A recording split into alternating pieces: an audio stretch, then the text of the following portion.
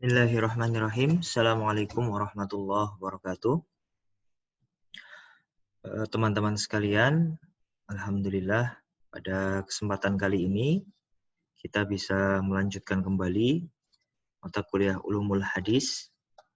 Insyaallah pada pertemuan kali ini kita akan membahas salah satu jenis hadis ya, yaitu hadis dhaif atau hadis lemah. Pada pertemuan-pertemuan sebelumnya, ya, kita sudah membahas dan saya harap teman-teman sudah menonton video yang saya share. Kita sudah membahas tentang hadis sahih dan juga hadis hasan. Karena kalau teman-teman belum menonton video-video tersebut akan cukup sulit untuk bisa mengikuti hadis dhaif ini seperti apa, karena itu saling berkait satu sama lain. Teman-teman sekalian, teman-teman juga bisa nanti membaca dalam kitab-kitab atau buku-buku ulumul hadis ya, baik yang dikarang oleh Mahmud Tohan ya, kemudian Nuruddin Iter, atau mungkin yang ditulis oleh orang-orang Indonesia.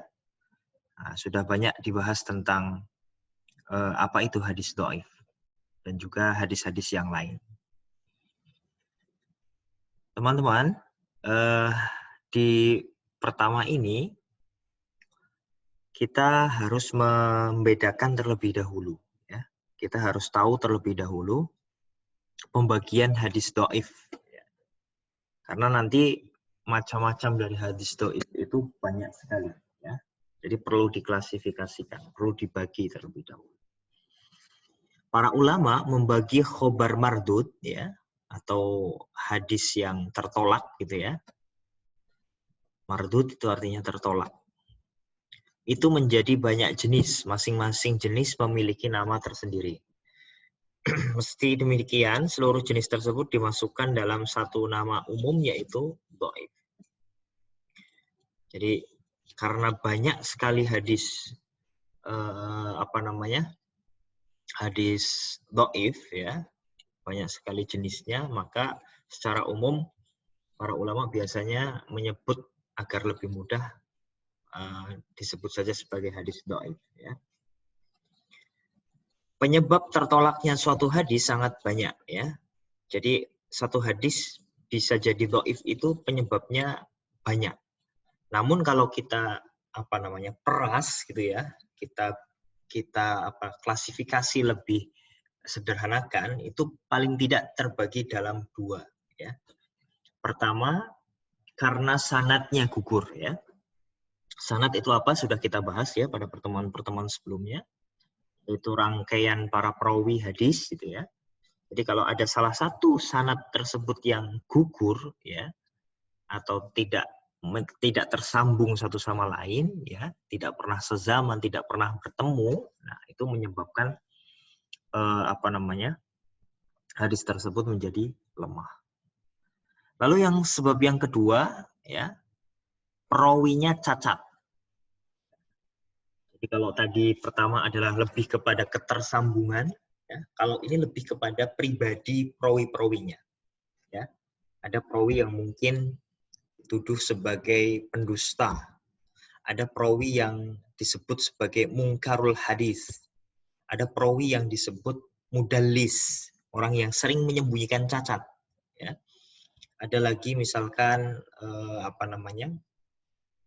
perawi-perawi yang disebut sebagai pemalsu hadis, ya, pencuri hadis. Nah, itu ada penilaian-penilaian ulama yang menyebut para perawi itu seperti itu.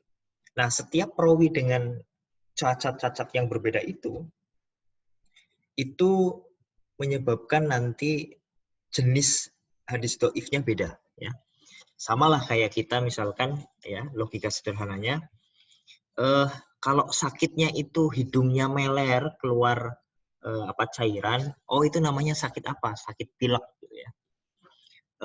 Itu sakitnya orangnya itu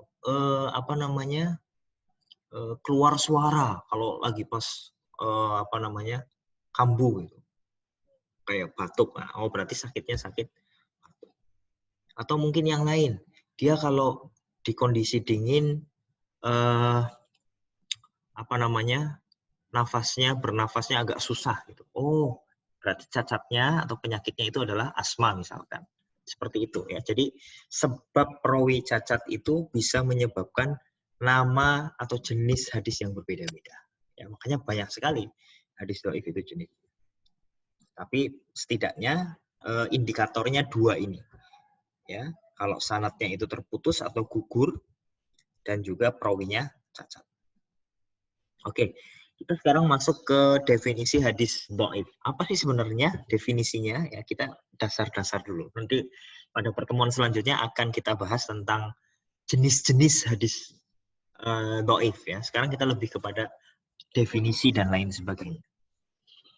Oke, kita masuk ke definisi secara bahasa. Kata dhaif ya, itu sebenarnya adalah lawan kata dari al-qawiyyu ya, bahasa Arabnya al-qawiyyu. Yang kalau kita terjemahkan dalam bahasa Indonesia itu artinya kuat ya.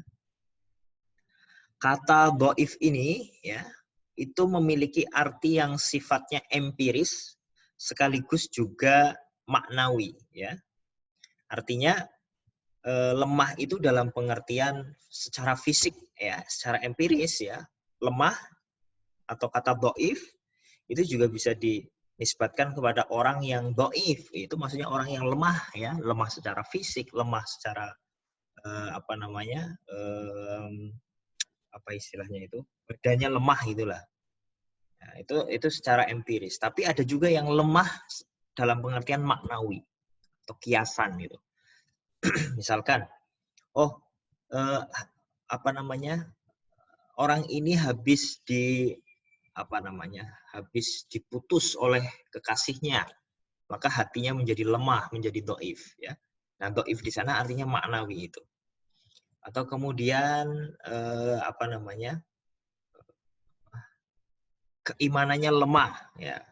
Ada kadang-kadang imannya kuat, ada kadang-kadang imannya lemah. Nah, ada makna-makna dhaif itu yang sifatnya maknawi seperti tadi, ada juga yang empiris tadi ya.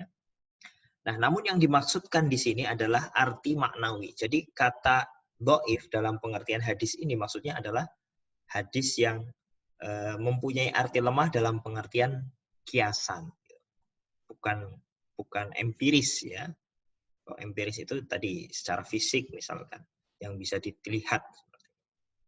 Nah, menurut istilah hadis dhaif itu adalah hadis yang tidak terkumpul sifat-sifat hadis hasan ya.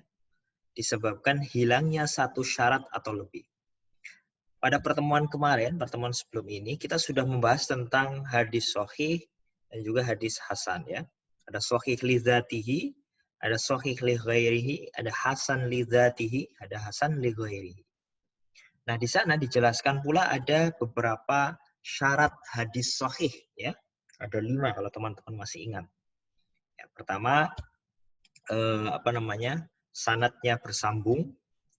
Lalu kemudian apa namanya, perawinya itu adil ya, atau kepribadiannya bagus ya.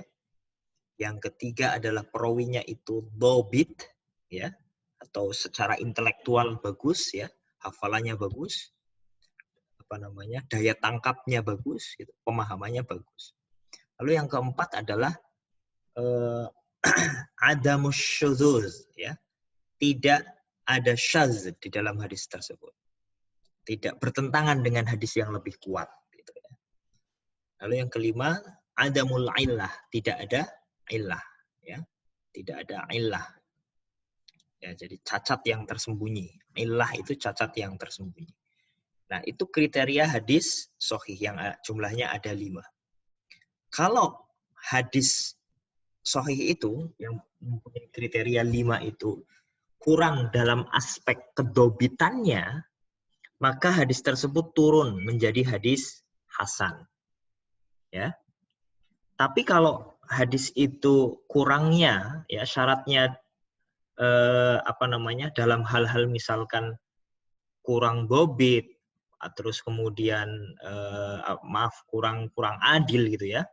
Lalu kemudian ada syadz di hadis tersebut, bertentangan dengan hadis yang lain, lalu kemudian ternyata ditemukan cacat di sana, maka hadis tersebut jatuh kepada hadis dhaif, ya, atau hadis lemah. Jadi hadis lemah itu atau hadis dhaif itu adalah hadis yang syarat-syarat hadis hasan itu tidak terpenuhi, ya, disebabkan hilangnya satu syarat atau lebih. Nah, macam-macam hadis dhaif ini seperti yang tadi saya jelaskan. Itu macam-macamnya banyak sekali, ya, baik yang berat maupun yang ringan, ya. Jadi aspek kedhaifannya itu ada yang berat, ada yang ringan. Ada yang sangat dhaif, ya, ada yang kemudian paling rendah, ya. Kemudian ada yang mungkar dan lain sebagainya, ya. Nah, hadis maudhu atau hadis palsu itu dianggap hadis lemah yang paling jelek, ya, paling rendah gitu. Seperti itu. Nah, ini salah satu contoh hadis dhaif. Hadis ini diriwayatkan oleh Imam At-Tirmizi melalui jalur Hakim Al-Asram dari Abu Tamimah Al-Hujaimi dari Abu Hurairah dari Nabi Shallallahu Alaihi Wasallam. Man ata haidhan aw imra'atan fi duburiha aw kahinan faqad kafara bima unzila ala Muhammadin. Siapa saja yang mendatangi seorang wanita, ya, mendatangi itu dalam pengertian menyetubuhi, ya. Mendatangi seorang wanita yang sedang haid atau mendatangi wanita atau menyetubuhi wanita di duburnya atau mendatangi dukun, ya. Ini mendatangi dukun dalam pengertian bukan menyetubuhi dukun, ya, tapi ini mendatangi dalam pengertian percaya kepada dukun. Maka ia telah kafir dengan apa yang diturunkan kepada Muhammad. Ya, jadi hadis ini itu salah satu contoh hadis dhaif. Kenapa? Nah, di sini dijelaskan oleh Imam Tirmizi. Imam Tirmizi mengomentari hadis ini bahwa kami tidak mengetahui hadis ini kecuali melalui jalur Hakim Al-Asram dari Abu Tamimah Al-Hujaimi dari Abu Hurairah. Kemudian, ya, Imam Tirmizi berkata Muhammad telah mendhaifkannya. Hadis ini dilihat dari sisi sanadnya.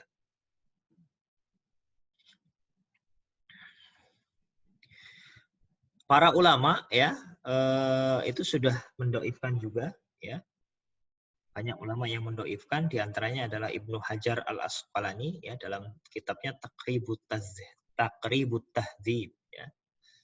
Itu dianggap sebagai hadis yang lemah. Nah, ini terakhir, ya, bagaimana kemudian kita mengamalkan hadis yang lemah?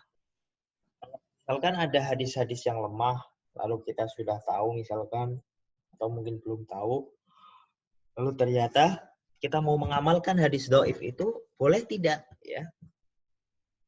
Nah, disinilah kemudian para ulama berbeda pendapat dalam hal mengamalkan hadis dhaif itu boleh atau tidak. Jumhur ulama, ya, jumhur ulama itu lebih menyukai mengamalkan hadis dhaif dalam perkara fadhailul a'mal, ya, atau amal-amal yang utama, gitu, ya. Itu pun harus memenuhi 3 syarat seperti yang telah dipaparkan oleh Ibnu Hajar. Jadi para ulama, ya, mayoritas, ya, itu berpendapat boleh mengamalkan hadis yang lemah dalam perkara fadhailul a'mal, ya. Misalkan persoalan-persoalan yang sifatnya tarhib wa tarhib, ya. Ancaman dan reward, gitu, ya. Seperti itu. Hadis-hadis yang menerangkan tentang seperti itu. Nah, tapi dengan 3 syarat sebagaimana yang disebutkan oleh Ibnu Hajar. Yang pertama, hadis yang dhaif itu kelemahannya, kedhaifannya tidak terlalu parah, ya. Jadi syarat yang pertama itu. Jadi kalau hadisnya dhaifnya itu parah, maka tidak boleh, ya. Makanya hadisnya tidak boleh terlalu parah. Kemudian hadisnya termasuk di dalam cakupan pokok-pokok hadis yang bisa diamalkan, ya. Jadi karena hadis ini adalah hadis fadhailul a'mal, maka hadis tersebut harus masuk dalam cakupan pokok-pokok hadis yang bisa diamalkan. Nah, kriterianya apa misalkan? Ya tidak bertentangan dengan hadis yang lain, gitu, ya. Atau mungkin ada hadis yang lebih umum yang bisa mendukung hadis tersebut, gitu.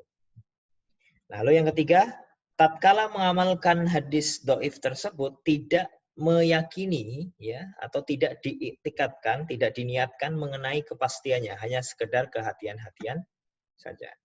Artinya jangan sampai ketika kita mengamalkan hadis-hadis doif itu ya, itu kita meyakini bahwa itu berasal dari Rasulullah ya. Tapi hanya sekedar hati-hati saja seperti itu. Nah, itu teman-teman sekalian, pertemuan kita pada hari ini. Insya Allah kita akan lanjutkan pada pertemuan berikutnya yang akan membahas tentang macam-macam hadis lemah. Terima kasih. Assalamualaikum warahmatullahi wabarakatuh.